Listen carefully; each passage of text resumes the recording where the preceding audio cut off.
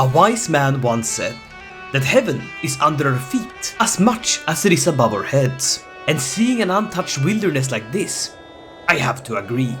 But alas, it is my orders from the king to settle this land and rule it as I see fit, as its lord and protector. That's why I've sent out 5 families to found the village of Heimskog, strategically located in the middle of our realm, just south of the holdings of Selbitz and Hofstetten, ruled by the tyrannical Baron Hildebolt. But he is of the least concern right now, as our settlers struggle to survive in these new lands. The first structures began to take shape. A granary to keep the rats away from the food, a logging camp to process the lumber, everyone working together in perfect harmony. Hey, you! No slacking off! With the granary finally completed, and a man nearly felling a tree on the very roof he just constructed, Oh, fuck. the villagers moved on to make their new homesteads, as the sleeping situation so far had been, intense. The first homes had just been completed, as the lord of the land himself made his first appearance. When Lord Koi first gazed upon his village with his own eyes, it was rather underwhelming, but it sure showed promise. At least one could enjoy berry on toast. The lord was pleased with the handiwork of his people and took a presidency in one of the newly constructed homesteads. From there, he would manage the construction of even more buildings in the village.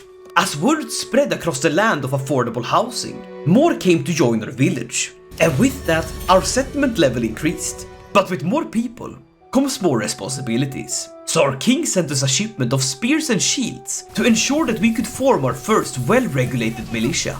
This armor's heavy. The newcomers brought with them new ideas on how to refine our logs into planks, as well as many skilled merchants. But where a market might satiate one's need for material things, the soul requires nourishment of a different kind. So the pious villagers of Heimskog took it upon themselves to construct a church. A beautiful place for worship, community and contemplation, the promise of peace and the solace of rest. And a community is exactly what we had created. Every man did his best to provide for the village, like the stone gatherers carrying their heavy loads, or the hunter who ventured into the woods to procure meat and hides for the village. However, that man you see walking away from you is Peter, and he was never seen again after this. Rest in peace, Peter, you will be missed. With life settling into a rhythm for the villagers of Heimskog, the seasons slowly changed, from warm summer to thunderous autumn, and lastly, a calm, yet bitingly cold winter. But braving the icy sting, the settlers constructed a farmstead in preparation for better times, hoping to embrace the revolution of agriculture, instead of solely relying on a diet of berries. But as spring came, so did a dire warning. A pilgrim had overheard a conversation among raiders, talking about how they were going to attack us once they've rallied a force large enough to take us on. When that would be, we had no idea. But what we did know is that we had to prepare accordingly. The fields were worked at maximum efficiency, with jolly farmers throwing their seed around and putting their hoes deep in the earth. Or as one farmer said it himself, It's almost harvesting season. and as the soothing rains of summer came, the villagers started construction of a manor for their lord, making him a manor lord. It was partially used to get him out of the main city, as he was constantly making lewd advancement to any maiden he passed. Yeah! Damn! Margaret! Have you been eating extra berries to— oh sorry, that's her sisters. But with strong walls and fortified towers, it also acted as a fine insurance in case the raiders would overrun our militia. A horrible thought, but a grim possibility. But we didn't have much time to contemplate, as one of the houses had caught on fire. Run! Run! There is a fire! Holy moly! Throw water on it! With the fire put out and the houses on their way to being rebuilt, the lord of the manor saw to it to recruit a retinue of men to serve by his side. My glorious friends, Kunrad, who charms every woman he meets. Endres, always trying to avoid danger. You're in the wrong field, buddy. Erhard has a prosthetic eye from a previous battle. Erhard II, who also has a prosthetic eye. Their brothers, their mother was very uncreative when naming them. And lastly, Endres, who loves to travel to sacred sites. Deus vos, Deus vos! You are my loyal retainers, my defenders in red. House Koi no longer just has bark, it has a whole lot of bite. With that said though, We need to really justify these taxes. My friends, it is time to do what all taxes do to justify themselves being taxes. It is time to build roads. Summer passed on, with a few minor notable events, such as that one time when we found a dead ox in the marketplace that no one claimed as their own. He was promptly left there for many seasons to come, even inspiring the name of our future tavern, Procrastinated Corpse Disposal. But on the last day of summer, it happened. It's Peter! Peter, you absolute legend, you made it! And with a dare to boot. This is heavier than it looks. I am sure it is, Peter, I'm sure it is. The villagers of Heimskog took the return of Peter the woodsman as a sign. The seeds of hope grew not just in the soil of our fields, but the warmth of our hearts. Our village modernized, with people starting their own enterprises, creating warboats for our militia, and brewing ale for the taverns, in the comfort of their own backyard. But as spring thawed the ground once more, the raiders had been spotted by our scout. It was now or never. So we gathered every man of the village, brought our weapons, and rushed to defend our home.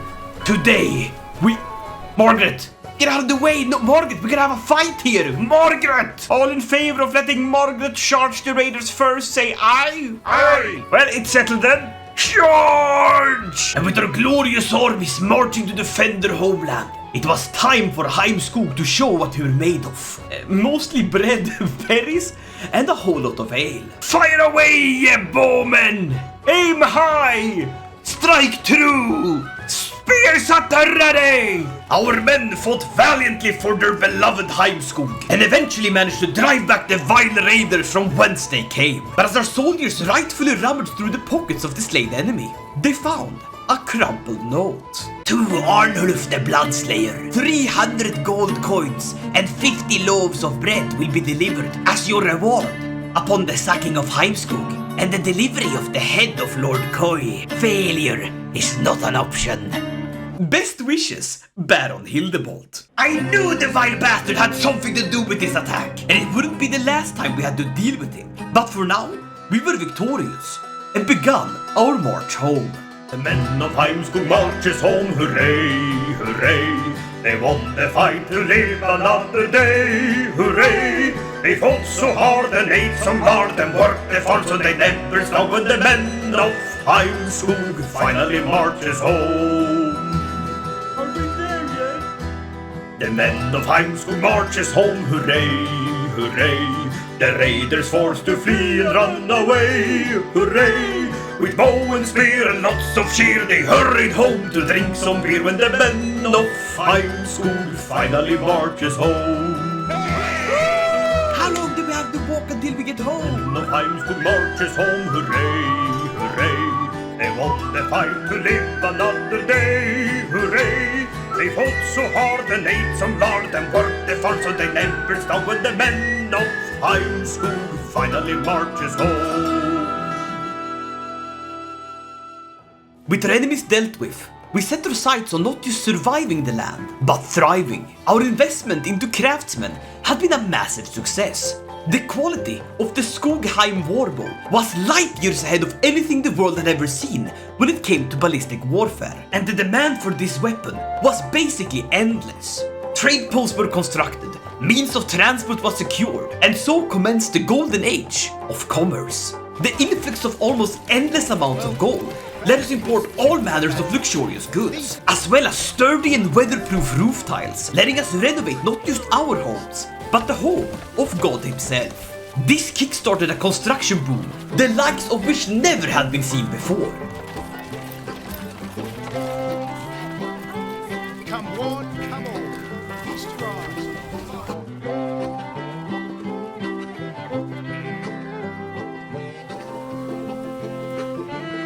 But the endless expansion didn't even stop at Skogheim, as a group led by Peter the Huntsman claimed the land to our east, giving it the fitting name of Bortaskog good, but Heimskog best.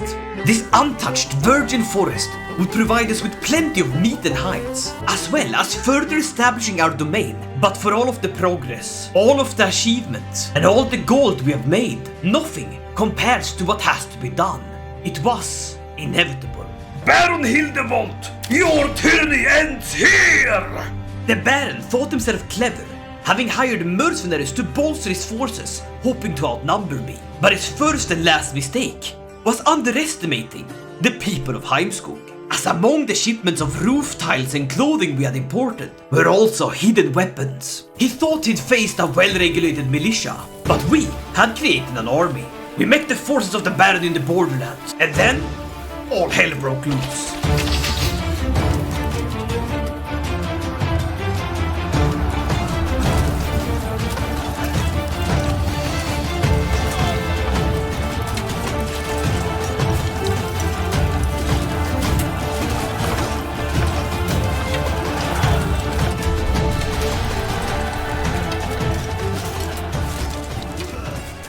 And with the dust settling on the battlefield, just enough for us to see the enemy retreating, we realized that many men lay slain. My walk to this battlefield was with farmers, carpenters and merchants, but none of those ever made it back. Instead, I marched home alongside warriors, heroes and legends. And that is how this story ends. With the Baron defeated and leaving the region, Heimskog came to be one of the greatest cities of the kingdom, providing endless wealth, new innovations, and the finest of wares. The people live a humble and peaceful life, yet the spear and shield rest readily behind the door for the day the Baron would return. A wise man once said that heaven is under our feet as much as it is above our heads, and with a beautiful city like Heimskog, I have to agree. Hello, and thanks for making it to the end of the video. My name is Koifish, and I hope you really enjoyed this as much as I did. It would mean the world to me if you would leave a like and a comment, as it really helps out this video in the algorithm. Thank you for watching, and have a great day.